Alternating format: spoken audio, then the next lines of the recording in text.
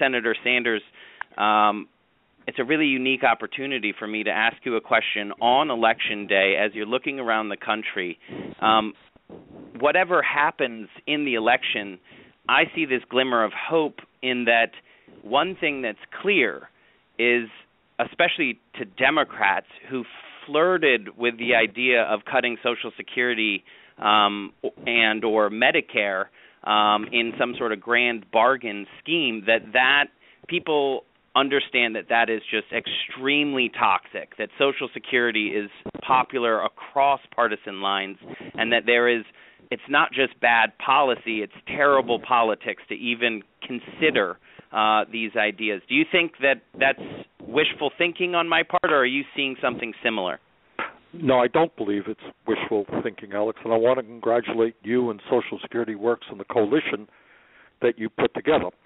What Alex is talking about is that for the last number of years, there has been an incredible attack against Social Security led by billionaires like Pete Peterson, echoed by virtually every Republican in Congress, and unfortunately some Democrats as well. And what they were proposing to do is to come up with a so-called chain CPI, which is a fancy way of saying that they wanted to cut back on the cost of living adjustments, the COLAs. This year, seniors will get a 1.7% COLA. They think that is much too generous, and they want to change the formula.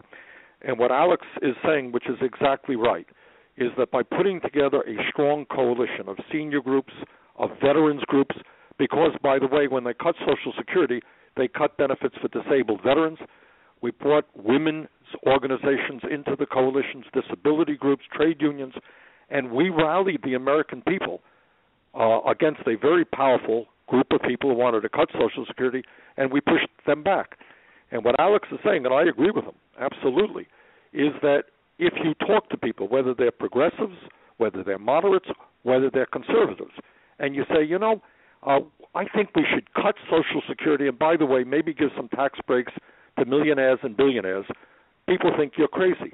If anything, what they believe, and what I believe, is that we should expand Social Security, not cut it, and we can do that by doing something that I know Social Security Works has been working hard on, is by lifting the cap so that millionaires do not end up contributing the same amount into the Social Security Trust Fund as people making $117,000 a year. And, Senator, just a quick follow-up on that. As you noted, the majority of Americans, we've got great polling that shows, and the National Academy of Social Insurance has great polling that shows the majority of Americans want to expand Social Security because they understand that this is a program that works, that we pay into our working lives and then it's there for us when we need it. It's our Social Security system. Do you think that we can make expanding Social Security a real issue in the next Congress and looking forward to 2016?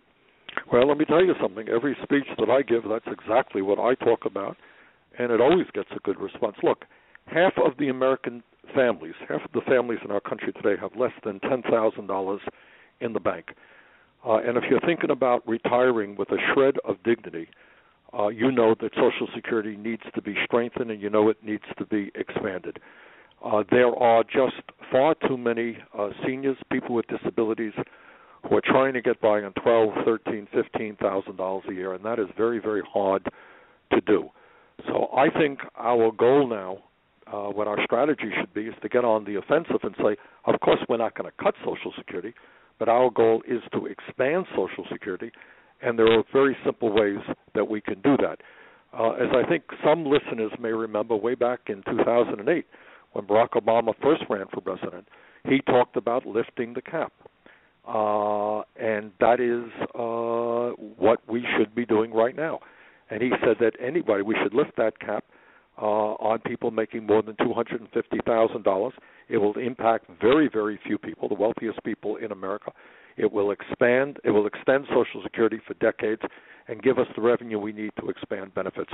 And that is, I think, the strategy that we should be pushing. Thank you so much, Senator.